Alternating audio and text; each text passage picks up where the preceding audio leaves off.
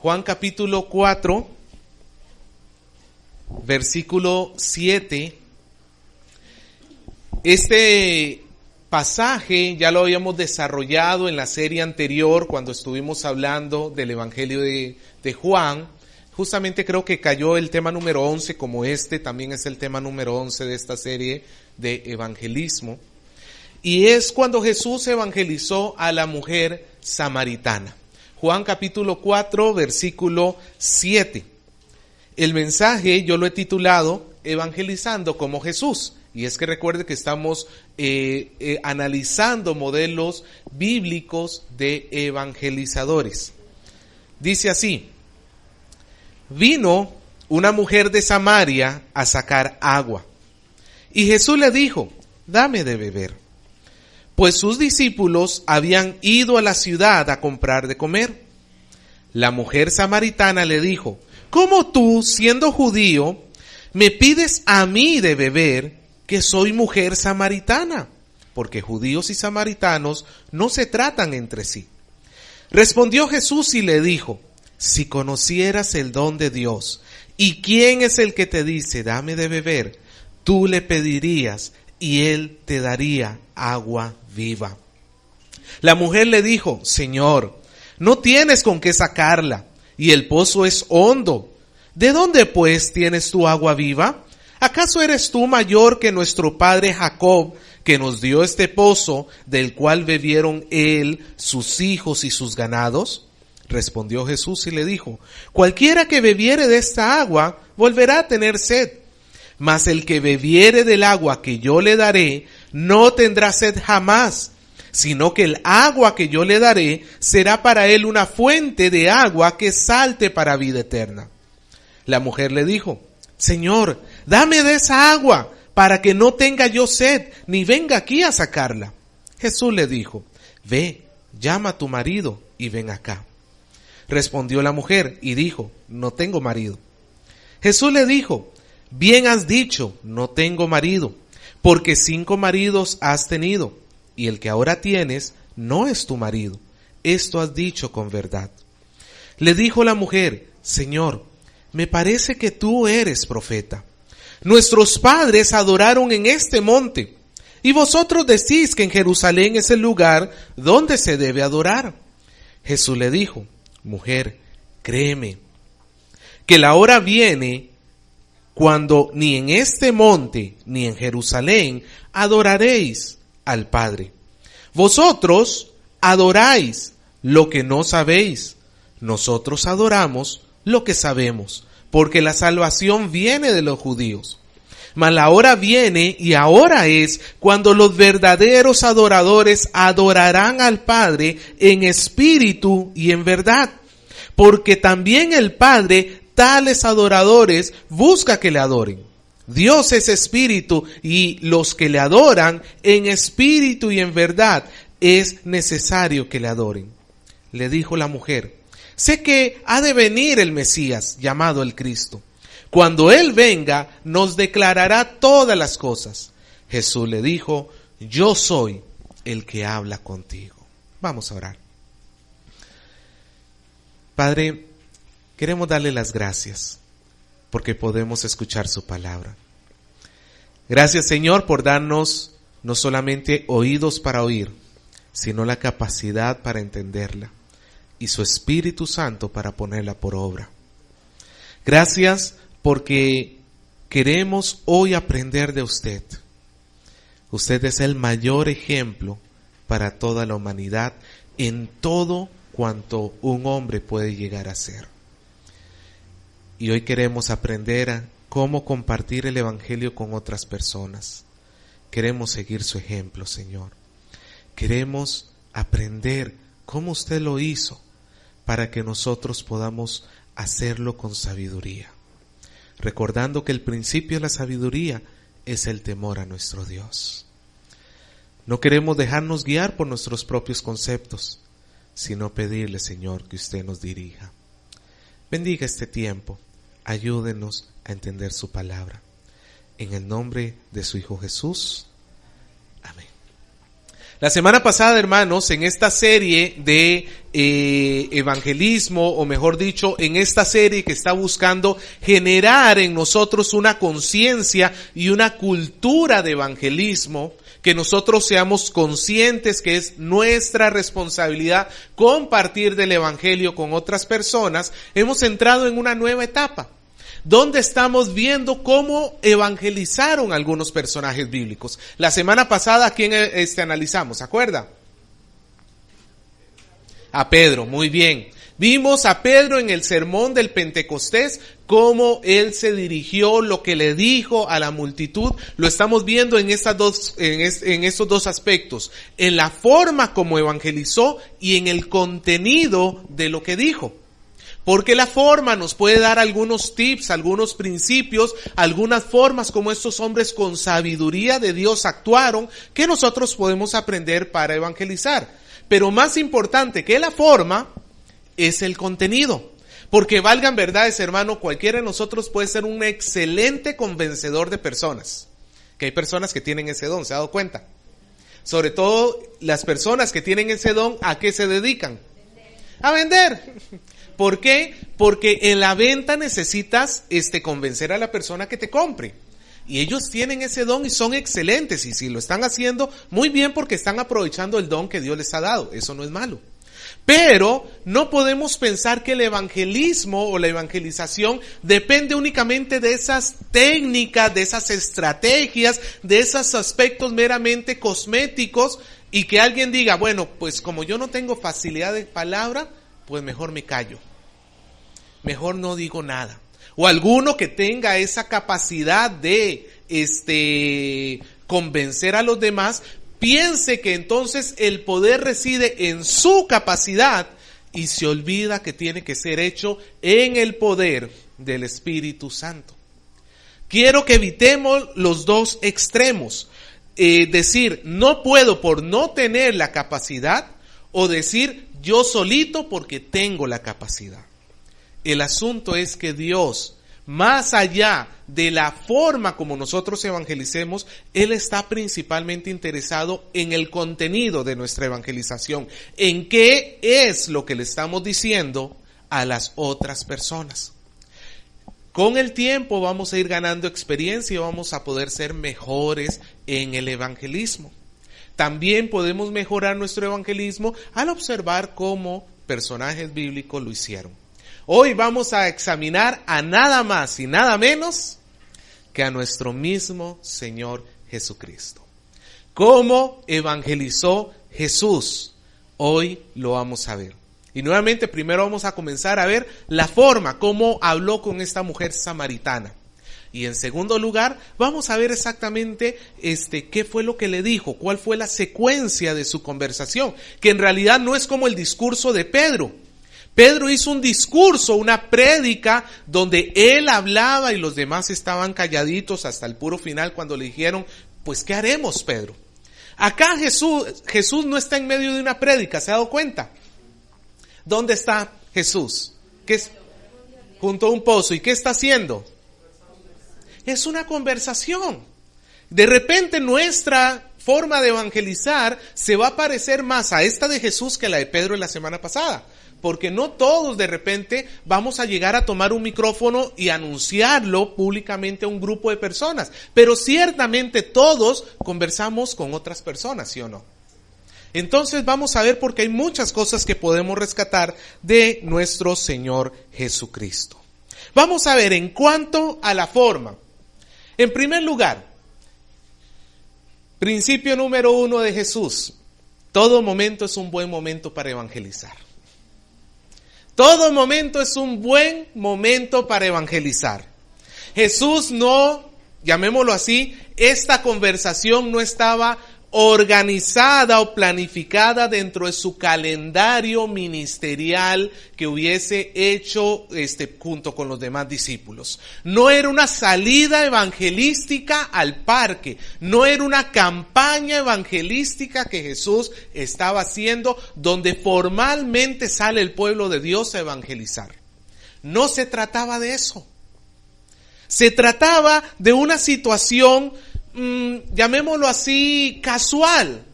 normal, una situación no planificada, aunque dentro del plan perfecto de Dios sí estaba planificado.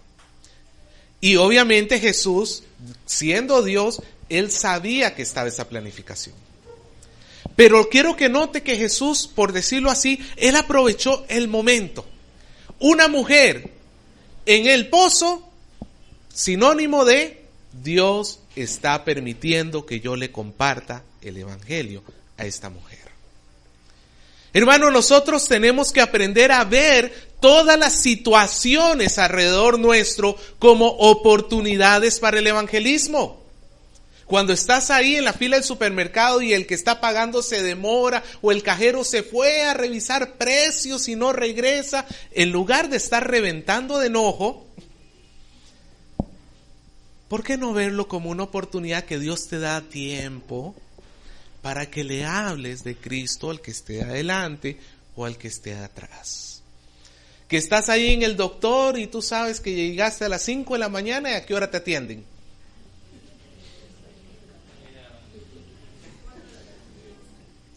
Con mucha suerte saldrás para las 2 de la tarde, ¿no?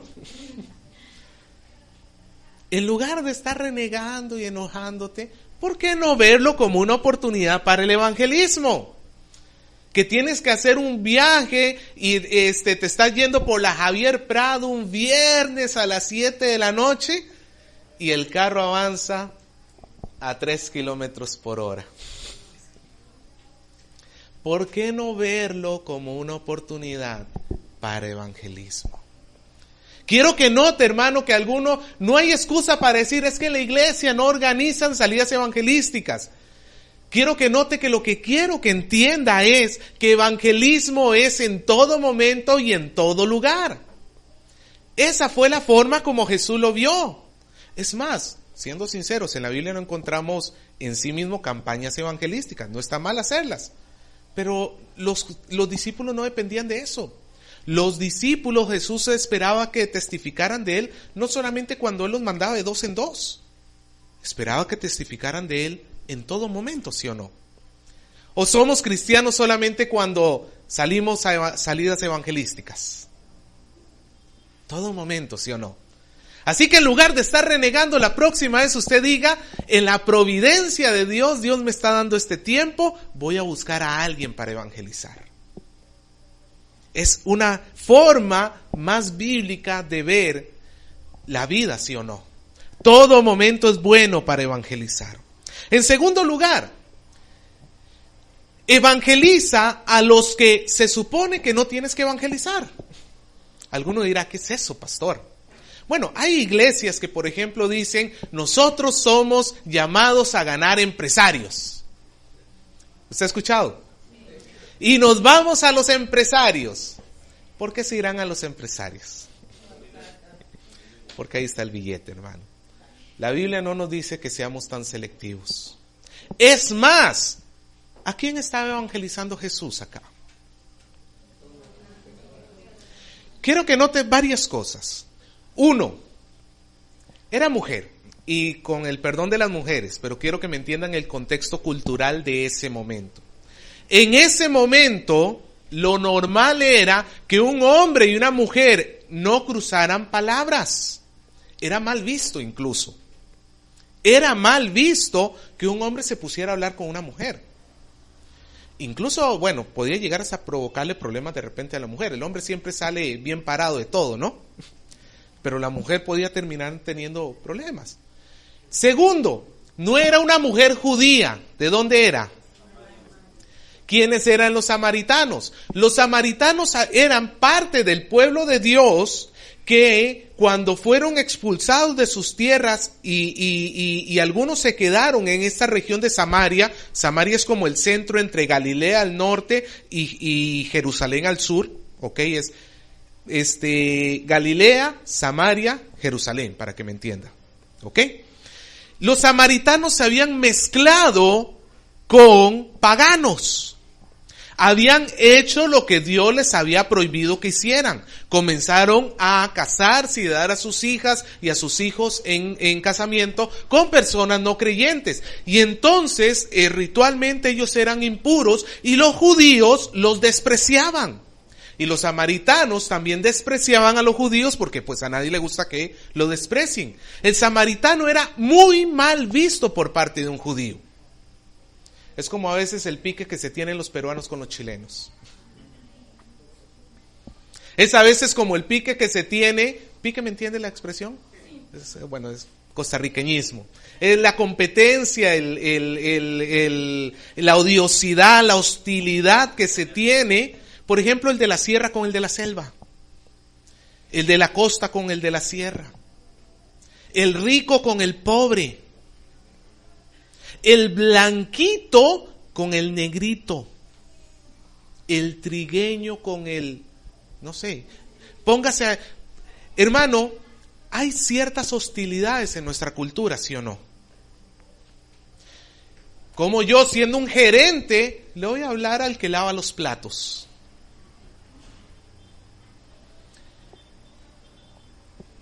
Jesús no permitió que esas barreras culturales detuvieran su evangelización. Él evangelizó a la mujer samaritana. Por eso es que la samaritana le dice, ¿por qué me hablas a mí? ¿Por qué me pides agua a mí? Yo me imagino que cuando Jesús volvió a la mujer y le dijo, dame de beber, la samaritana habrá... ¿Qué? ¿A mí? Sí, a ti, dame de beber. ¿Pero por qué me lo dices? Hermano, la samaritana no esperaba una muestra de amor, porque en cierta manera eso era una forma de unión entre judíos y samaritanos. Lo normal eran las hostilidades. Cuando nosotros buscamos a personas que la gente en términos generales rechaza, estamos siguiendo el ejemplo de Jesús. Lo normal, hermanos, es que, por ejemplo, a una persona en la calle, lo normal es que la gente le tire dinero, ¿sí o no? Pero ¿quién se preocupa por su alma verdaderamente?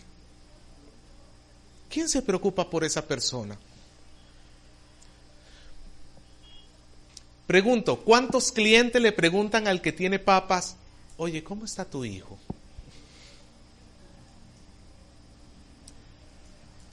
¿Cuánto nos preocupamos por los problemas de los demás? Cuando la gente siente preocupación, cuando se supone que tú no deberías estar preocupado, siente amor. Y el amor es una de las puertas que abre el corazón para el evangelismo. Cuando tú te acercas a aquellas personas de una manera que no se supone que tenías que acercarte, con amor, esa persona, hermano, se va a comenzar a abrir a ti para evangelizar, para recibir el evangelio. Porque cuesta mucho evangelizar a la distancia, ¿sí o no? Cuesta mucho evangelizar estando tú subidito en tu trono mientras el otro está arrodillado limpiándote el piso. Se necesita descender, estar a la altura de la otra persona para que sienta que estamos de igual a igual. Hermano, por más, como decía Gerson, incluso esta era una mujer pecadora. Ya ella misma lo confesó. ¿Y Jesús quién era? El Santo de Israel. Si eso no le obstaculizó al Señor para rebajarse a sí mismo y conversar y amar sinceramente a esta mujer para que conociera a Dios, ¿quién somos nosotros que simplemente somos pecadores que el Señor ha tenido misericordia de creernos más que otros y por eso no le acercamos la palabra de Dios a estos cochinos pecadores? ¿Tiene sentido? No tiene sentido, hermano. Nosotros tenemos que acercar la palabra de Dios a los marginados, a aquellos que se supone que no se tiene que evangelizar. Hermano, todos están bienvenidos. Todos están bienvenidos. Por ejemplo, ahora que tenemos el asunto con los homosexuales, Los homosexuales están esperando una hostilidad por parte de la iglesia, ¿sí o no? Están esperando palabras de ustedes se van a ir al infierno, ustedes son pecadores. Pues le recuerdo que usted también era un pecador yéndose al infierno. No es justificar sus acciones ni aceptarlas, pero se necesita mostrar amor para poder abrir la puerta de su corazón para que nos reciba. Porque si usted llega diciéndole, perverso, pecador, degenerado, ¿cómo cree usted que va a hacer esa persona con usted? Te va a rechazar. ¿Me dejo entender, hermano? El amor abre la puerta para que nos escuchen. Amén. No olvídese el timbre, hermano, para eso hay ujieres, por favor. No se preocupe, quédese aquí conmigo, ¿sí? Israel, tú en sonido, por favor. Tercer lugar, ¿qué hizo Jesús para hablarle del evangelio a esta mujer samaritana? Quiero que note, le voy a poner un caso. Jesús ve a la samaritana y le dijo, mujer samaritana, yo soy el Hijo de Dios, cree en mí. ¿Así le dijo de frente? ¿Qué hizo Jesús para poder comenzar a conversar con la mujer samaritana? ¿Ah? ¿Cómo? Ok, dejó que ella hablara. ¿Qué más? Ok, le pidió agua. Vamos a esto. Jesús, y este es el tercer principio, inicia una conversación normal y cotidiana que puedas llevar a un plano espiritual. Inicia una conversación normal y cotidiana que puedas llevar al plano espiritual.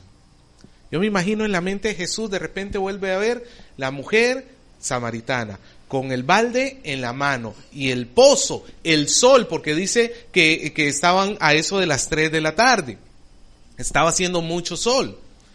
Y entonces la cabeza de Jesús pensando y dijo, esta va a ser mi conversación.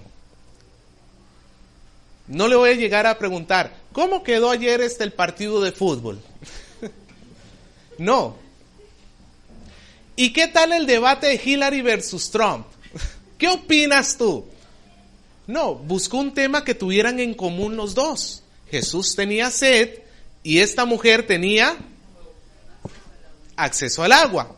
Pero espiritualmente estaban al revés. La mujer tenía sed espiritual y Jesús es el único que tiene acceso al agua viva que puede calmar la sed de esta mujer. Jesús buscó una forma de abordar la situación partiendo desde lo terrenal, partiendo desde la situación que estaban ahí, que estaban viviendo juntos y que de alguna manera él iba a poder dirigir la situación de esta situación terrenal a una situación espiritual.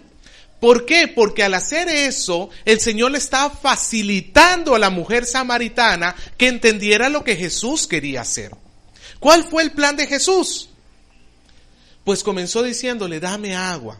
La mujer le dijo, pero Señor, si tú, ¿por qué me pides a mí? Si tú eres judío, yo soy samaritana. ¿Y qué le dijo el Señor? Si tú supieras el don de Dios, ¿y quién es el que te pide, dame de beber? Tú le pedirías y él te daría agua viva. Y la mujer como que no entendió mucho y le dijo, ¿cómo que tú me vas a dar agua viva? No tienes ni siquiera un balde y una cuerda y el pozo es bien profundo. ¿De dónde vas a sacar agua viva? La mujer al principio no entendía mucho, pero Jesús luego siguió diciéndole, cualquiera que beba de esta agua volverá a tener sed, pero del agua que yo le daré si bebiere, no volverá a tener sed jamás. ¿Ve cómo Jesús pasó de la sed terrenal a la sed espiritual? ¿Ve cómo Jesús habló o buscó una situación que pudiera llevar a una conversación que inicialmente pareciera una conversación cualquiera, pero luego pudiera comenzar a explicarle el evangelio? Le voy a poner estos ejemplos. Imagínese, hermano, que por ejemplo usted está, usted ha visto, por ejemplo, cuando uno llega a un local de salud y de repente te dicen, solamente hay lugar para 20 personas. Pero tú llegaste a las 5 de la mañana, ¿no? Y tú estás más o menos entre los que puede ser que lleguen y puede ser que no lleguen. ¿Alguna vez le ha pasado esa situación a usted? Donde usted está ahí en la cola esperando, pero no sabe si lo van a llegar a atender o no lo van a llegar a atender. Si está haciendo la cola por gusto. Y de repente usted está ahí preocupado y dice, pues me atenderán. Y la persona que está delante suya también le dice, oye, ¿nos irán a atender hoy? Porque tanto que yo he madrugado y la otra persona está pero furibunda. Pues vamos a ver, ¿qué puedo utilizar yo para evangelizar a esta persona? ¿Qué estamos haciendo? Esperando a que nos atiendan. Esperando que nos den cita. Pues puedo comenzar una conversación con eso y luego irlo dirigiendo a la parte espiritual. Oye, de verdad que es cansado, ¿no? Estar en esta incertidumbre. ¿Te atenderán o no te atenderán? ¿Nos habremos levantado en vano? ¿Habremos estado madrugando en vano? De repente tú también tienes que trabajar y estás aquí por las puras. Es feo tener que estar esperando a ver si te atienden o no, ¿no? Sí, es horrible, le dice el otro. ¿Y te has puesto a pensar que a pesar de que en esta cita puede ser que no nos atiendan, todos tenemos una cita que no vamos a poder evitar? Porque un día nos vamos a tener que presentar delante de Dios y a ese sí te va a atender, aunque tú no quieras. Y el problema es que te va a comenzar a preguntar por tus acciones, por las cosas que has hecho. ¿Tú qué crees? ¿Vas a salir inocente o culpable de esa conversación? Y ya le da la oportunidad para que él te responda. Y ahí comienza la conversación evangelística. ¿Me dejo entender? Aprovechando una situación terrenal, buscar una forma de llegar a una situación espiritual. Le doy otro ejemplo. Hace un tiempo, hace años, los familiares de una persona acá, unos amigos, no me acuerdo, llegaron a la casa de uno de los miembros de la iglesia mientras nosotros estábamos ahí. Y llegaron estas personas que no eran convertidas diciendo que en su casa veían fantasmas. Y como se enteraron que yo era pastor, pues obviamente viene la pregunta. Pastor, ¿y existen los fantasmas? Bueno, le dije yo, mira, si existen o no existen, si lo que están en tu casa son fantasmas o no son fantasmas, no te lo puedo decir. De repente te cenaste ayer muy tarde y tuviste pesadillas, estuviste escuchando cosas, no sé. No te puedo garantizar que son fantasmas. Pero sí quiero decirte algo, que más que tenerle miedo a los fantasmas, hay alguien más que le debes tener muchísimo temor, que ese es Dios. Porque los fantasmas nada más te pueden asustar en este mundo y por un poquito de tiempo, si es que existen. Pero un día tú te vas a tener que parar delante de Dios a explicarle qué es lo que has hecho con tu vida. Y no es que el castigo va a ser por un poquito de tiempo, va a ser un castigo eterno si eres hallado culpable. ¿Cómo crees que Dios te va a hallar? ¿Tú qué piensas? Y de ahí comenzó la conversación evangelística. ¿Me dejo entender, hermanos? No hay que entrarle de frente diciéndole, cree en el Señor Jesucristo y serás salvo tú y tu casa. Porque la gente, hermano, tiene renuencia a eso. Pero si tú eres sabio y como Jesús, comienzas a guiar la conversación desde un plano terrenal a un plano espiritual a través de una situación común, las cosas se van a facilitar. Pídele a Dios que te dé sabiduría en tus oraciones. Dile, Señor, dame sabiduría para saber cómo abordar estas situaciones. Dios se glorifica cuando lo hacemos, hermanos. De repente usted dice, no, pero ¿qué acaso voy a poder? ¿Alguna vez lo has intentado? No sabe lo que Dios puede hacer por su Espíritu Santo en ti. ¿El Señor se agrada o no se agrada de que nosotros evangelicemos? Claro que sí se agrada. En cuarto lugar, hermanos, para ver el último principio que quiero ver en cuanto a la forma como Jesús evangelizó, es que debemos destruir los argumentos de autojustificación. Debemos destruir los argumentos de autojustificación. Esto ya se puso bélico. ¿Usted ha escuchado el texto de 2 Corintios 10:3 cuando dice, pues aunque andamos en la carne, no militamos según la carne? Porque las armas de nuestras milicias no son carnales, sino poderosas en Dios, para la destrucción de fortalezas, derribando argumentos y toda altivez que se levanta en contra del conocimiento de Dios, y llevando cautivo todo pensamiento a la obediencia en Cristo. Hermano, nosotros usamos este texto principalmente de repente en nuestras oraciones y decimos, Señor, yo derribo todo argumento que esta persona está teniendo. En realidad es un mal uso del texto bíblico, porque más que estar orando de esa manera, lo que nos invita ese texto bíblico es a ir y hablar con la persona y a través de la conversación derribarle el argumento. ¿Yo puedo orar para que el Señor me dé sabiduría para derribar el argumento? Sí, pero no quedarme ahí. El propósito de Dios es que yo vaya y escuche lo que la otra persona está diciendo. Porque, hermano, la persona va a comenzar a escudarse. Cuando usted evangeliza, la persona va a comenzar a buscar cómo zafarse de la situación, cómo demostrar que él no está en condición de pecador o cómo demostrar que él no está en condición de juicio eterno. Porque la conciencia del hombre lo acusa. Y el hombre ha pasado años tratando de callar la conciencia y se ha ideado todo un sistema de pensamientos que lo aíslan, que lo protegen, según él, de que la conciencia lo acuse de su pecado. Como el adúltero te puede decir, no, pero es que tú no entiendes a mi mujer. Si tú supieras cómo es mi mujer, tú mismo también saldrías con otra. Está poniéndose argumentos como para defenderse a sí mismo. No, pero es que yo tuve que robar porque mi jefe no me paga lo correcto y pues le tuve que llevar las cosas. La gente, hermano, busca protegerse a sí mismo y tú tienes que estar muy pendiente de para dónde agarra, porque la protección que él busca tener, tu misión, ¿sabes cuál es? Como la del bombardero. Ir volando y soltar la bomba encima de esa casita que se ha construido y ¡paf!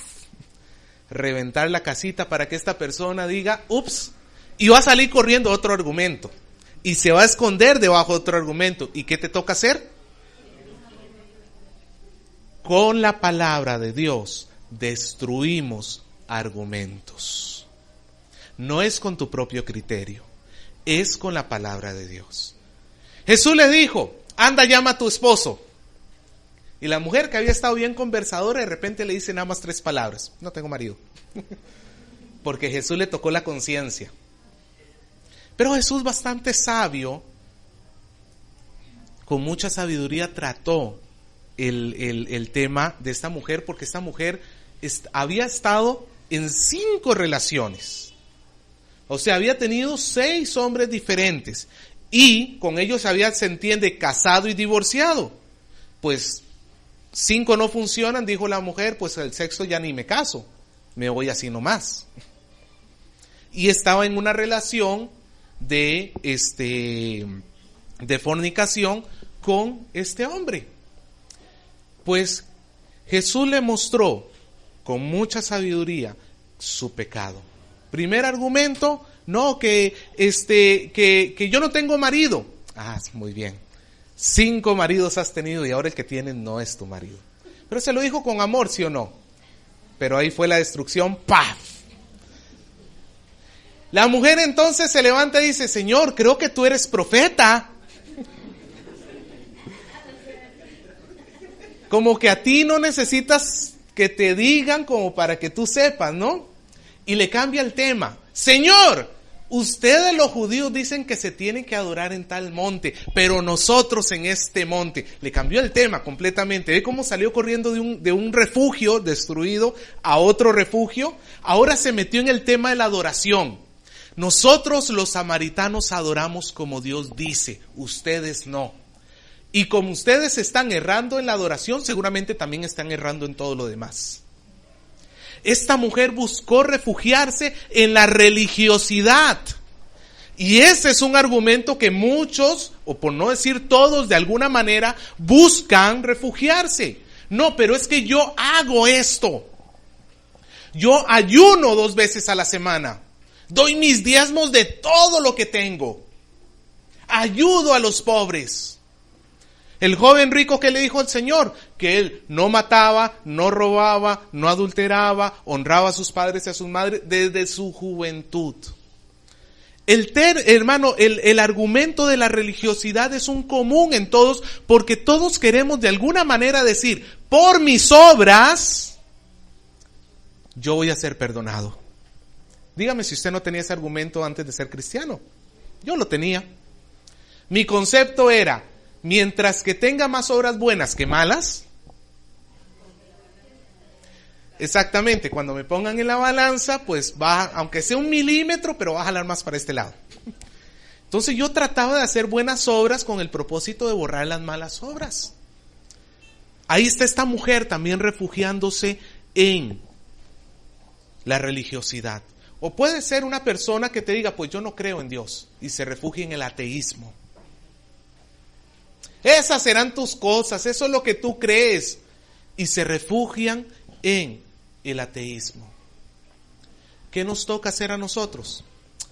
Ya conste que yo te dije que te vayas al infierno feliz. No, hay que seguir el ejemplo de Jesús. ¿Qué me dice la Biblia? Que contrarreste el pensamiento de esa persona. Por eso Jesús le sale diciendo, mujer, no es donde adores, es que debes adorar en espíritu y en verdad. Ahí, hermano, con eso la mujer quedó arruinada completamente, porque su argumento era el lugar, y Jesús le mostró que no era el lugar, era el corazón con que se adora.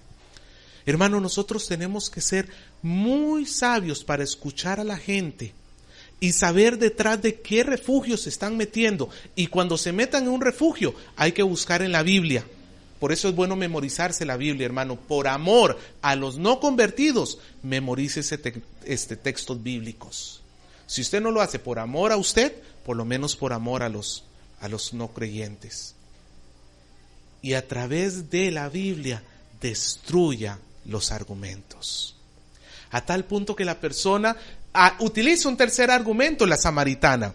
En el versículo 25, vean lo que le dice. Sé que ha de venir el Mesías, llamado el Cristo, y cuando Él venga, nos declarará todas las cosas. ¿Qué es lo que le estaba diciendo la mujer samaritana aquí a Jesús? A final de cuentas, el último que tiene la verdad no eres tú. Es el Mesías cuando venga. Se estaba refugiando nuevamente, hermano, imagínese, en el mismo Mesías. El problema es que no sabía que estaba hablando con el Mesías. Y Jesús termina destruyendo su argumento diciéndole, yo soy el que habla contigo. Hermanos, Jesús nos ha enseñado y nos enseña que nosotros debemos ser sabios y escuchar. Y no permitirle a la gente refugiarse debajo de argumentos. Por ejemplo, ahora estamos en el mes morado, ¿sí o no?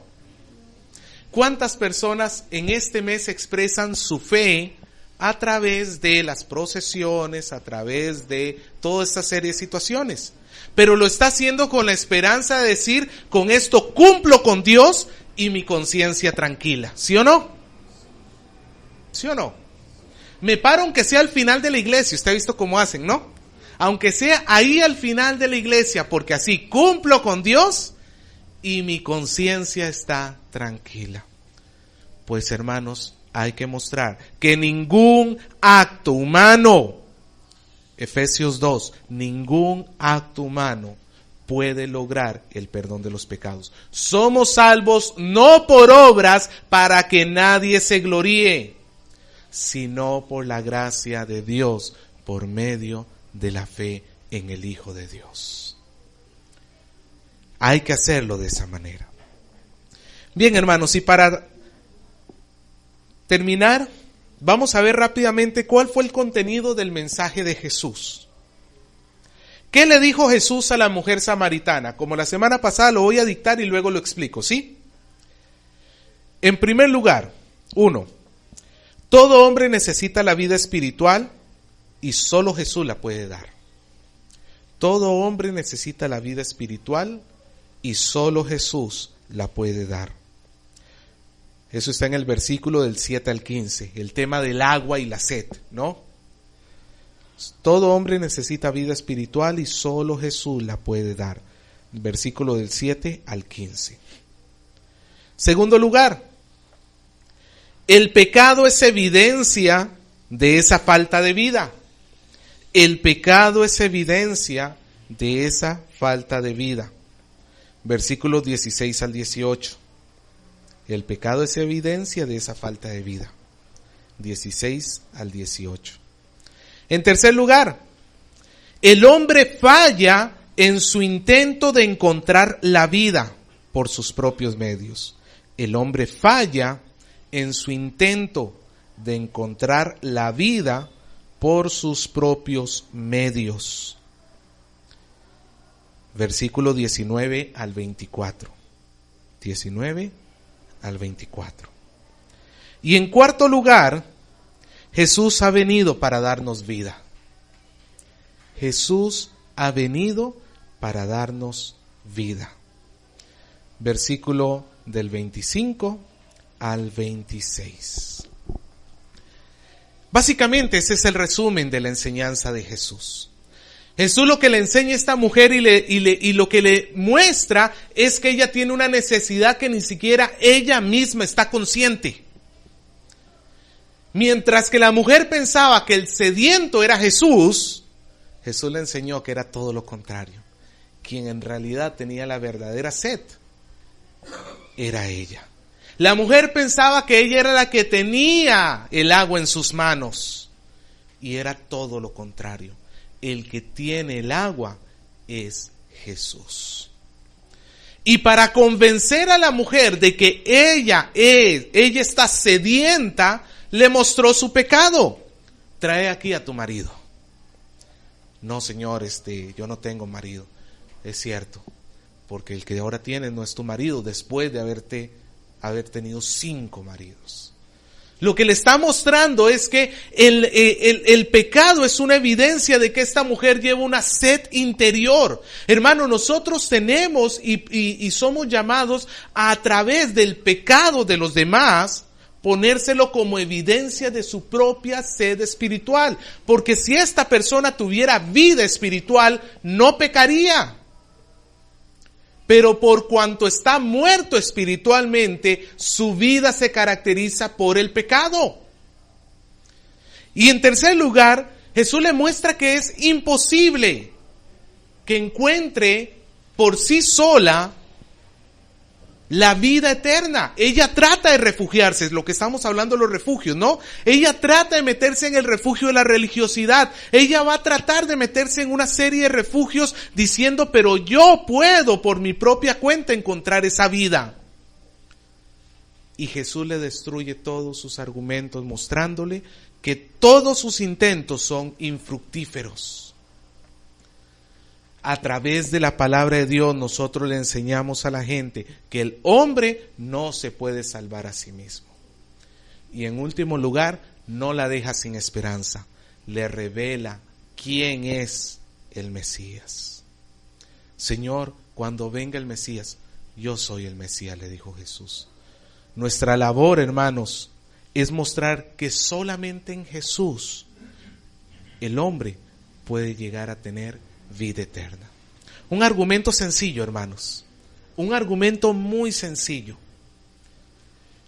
El hombre tiene necesidad de vida y solo Jesús la da.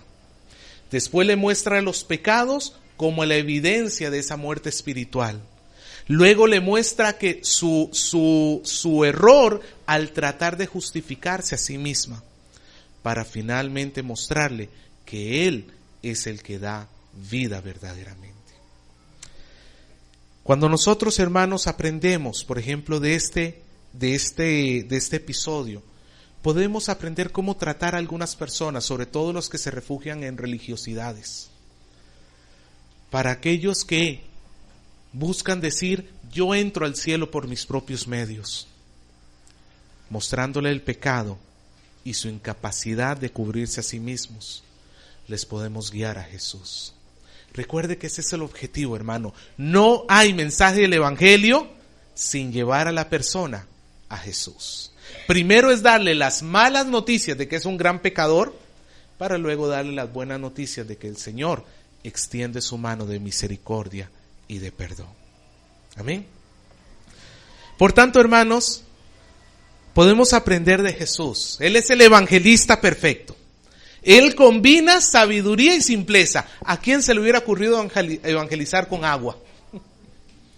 ¿A quién se le hubiera ocurrido? Jesús combina ternura, pero a la vez firmeza, amor y disciplina. Él ve al pecador extraviado y confundido. Él ve que quiere refugiarse en sus propios argumentos y con la verdad de Dios destruye esos argumentos hasta dejar al pecador sin refugio alguno, donde no tiene otra escapatoria que levantar los ojos y decir, tú me puedes ayudar. Y eso es lo que sucedió, porque así termina la historia. Si usted sigue leyendo los versículos, la mujer sale y le cuenta a todo el pueblo que ha llegado a conocer al Hijo de Dios. Esta mujer de pecadora llegó a ser hija de Dios y un día la vamos a ver en el cielo. Ahí usted de repente la puede hacer las preguntas que quiera.